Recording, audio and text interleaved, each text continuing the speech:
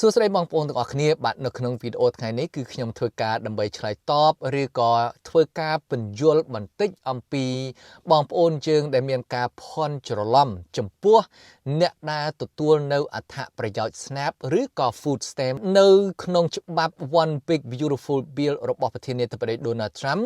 ដោយដែលក្នុងវីដេអូដែលខ្ញុំបានធ្វើកន្លងមកនឹងហើយដោយដែលបងប្អូនក៏បានដឹងផងដែរច្បាប់ថ្មីនេះគឺតម្រូវឲ្យអ្នកដែលទទួលនៅអត្ថប្រយោជន៍ SNAP គឺគេតម្រូវឲ្យបងប្អូននឹងគឺធ្វើការក្នុងមួយអាទិត្យនឹងឲ្យបានយ៉ាងតិចបំផុត20ម៉ោងហើយ80ម៉ោងក្នុងមួយខែបាទនេះគឺជាច្បាប់ថ្មីសម្រាប់អ្នកដែលស្ថិតនៅក្នុងតម្រូវការគេតើអ្នកណាខ្លះដែលត្រូវធ្វើការទៅតាមតម្រូវការរបស់ពួកគេហើយអ្នកណាខ្លះគឺត្រូវបានលើកលែងអំពីការងារ80ម៉ោងនៅក្នុងមួយខែនេះដូច្នេះបើសិនជាយើងស្ថិតនៅក្នុងអាយុ18ឆ្នាំដល់64គឺដាច់ខាតត្រូវតែធ្វើការឲ្យបាន20ម៉ោងក្នុងមួយអាទិត្យឬក៏80ម៉ោងនៅក្នុងមួយខែបាទនេះគឺសម្រាប់អ្នកដែលមានកម្លាំងមាំមួនឬក៏អាចមានសមត្ថភាពទៅធ្វើការបានបាទនេះគឺมันអាចគេចផុតនោះទេច្បាប់នេះគឺធ្វើដើម្បីកាត់បន្ថយអ្នកដែលធ្វើការកេងបន្លំឬក៏មិនព្រមទៅធ្វើការបាទនេះគឺឥឡូវនេះมันអាចគេចអំពី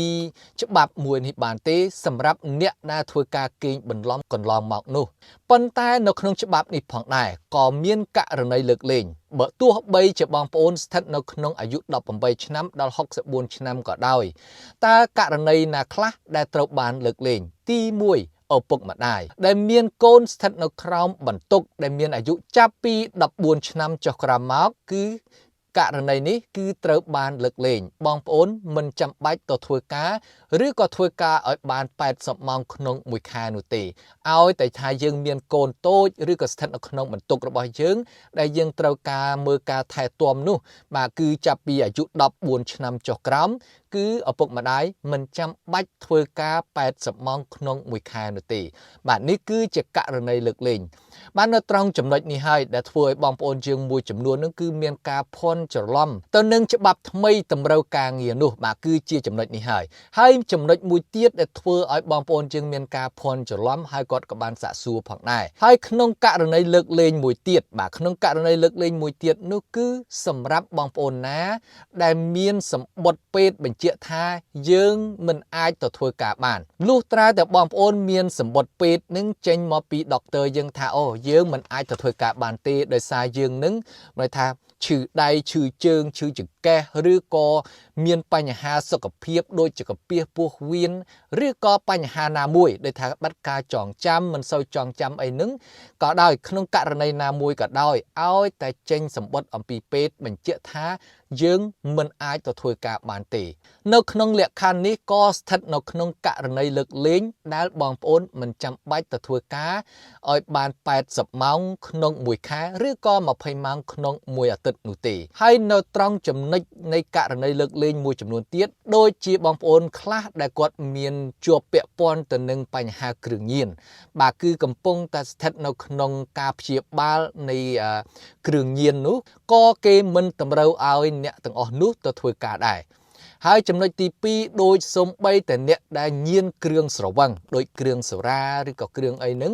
ដែលថាដែលកំពុងតែញៀនហើយត្រូវការធ្វើការព្យាបាលនោះក៏គេមិនតម្រូវឲ្យយើងនឹងទៅធ្វើការឲ្យបាន20ម៉ោងឬក៏80ម៉ោងក្នុងមួយខែនោះដែរបាទនេះគឺជាចំណុចដែលសំខាន់ដែលបងប្អូនត្រូវដឹងឲ្យបានច្បាស់តើបងប្អូនគួរតែទៅរកការងារធ្វើឬក៏មិនចាំបាច់ទេហើយនៅក្នុងប្រមាណចំណុចនេះគឺបងប្អូនត្រូវតែយល់ឲ្យច្បាស់ហើយបើសិនជាមិនទាន់យល់ច្បាស់ទេបងប្អូនត្រូវតែទៅតាក់ទងអ្នកដែលធ្វើការឬក៏អ្នកដែលបងប្អូនទៅសុំកន្លែង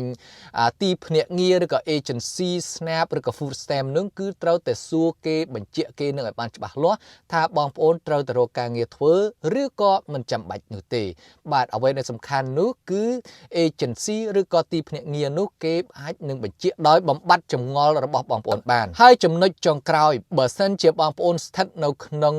តម្រូវការឲ្យរកការងារធ្វើនោះគឺបងប្អូនអាចមានជំរើសទី1បងប្អូនអាចធ្វើការ part time ធ្វើការ part time មានន័យថាទៅធ្វើការបានលុយនឹងយក40ម៉ោងហើយទៅធ្វើការដូចជាស្ម័គ្រចិត្តនៅតាមសហគមន៍សមាគម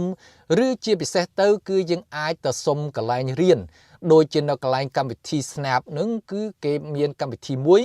មិនថាកម្មវិធីបណ្ដុះបណ្ដាលវិជ្ជាជីវៈឬក៏ជំនាញនៅផងដែរក៏គេអាចរាប់បញ្ចូលផងដែរបងប្អូនទៅរៀនទៅគិតជាម៉ោងក៏គេអាចឲ្យបងប្អូននឹងមិនថារាប់បញ្ចូលសរុបម៉ោងនឹងឲ្យបងប្អូននឹងបានផងដែរហើយចំណុចដែលសំខាន់ចុងក្រោយនោះសម្រាប់អ្នកដែលគេតម្រូវឲ្យរកការងារឲ្យបាន80ម៉ោងក្នុងមួយខែបើសិនបើបងប្អូនមិនអាចបង្គ្រប់ឬក៏ធ្វើការឲ្យបានគ្រប់80ម៉ោងឲ្យគេនោះទេគឺគេនឹងត្រូវផ្ដាច់នៅអត្ថប្រយោជន៍ SNAP ឬក៏ Food Stamp របស់បងប្អូនជាមិនខាននោះទេ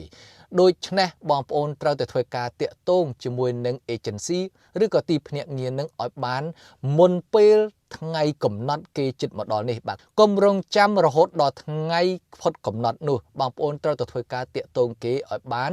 លឿនជាទីបំផុតដើម្បីរក្សានៅអត្ថប្រយោជន៍របស់បងប្អូនឲ្យនៅតែបន្តទទួលបានហើយខ្ញុំសង្ឃឹមថាវីដេអូនេះអាចឆ្លើយតបនៅសំណួរបងប្អូនជាងមួយចំនួនដែលគាត់មានចម្ងល់ចំពោះបញ្ហានេះហើយជាចុងក្រោយបើបងប្អូនយល់ថាមានប្រយោជន៍បាទកុំភ្លេចជួយចុច like និងចុច subscribe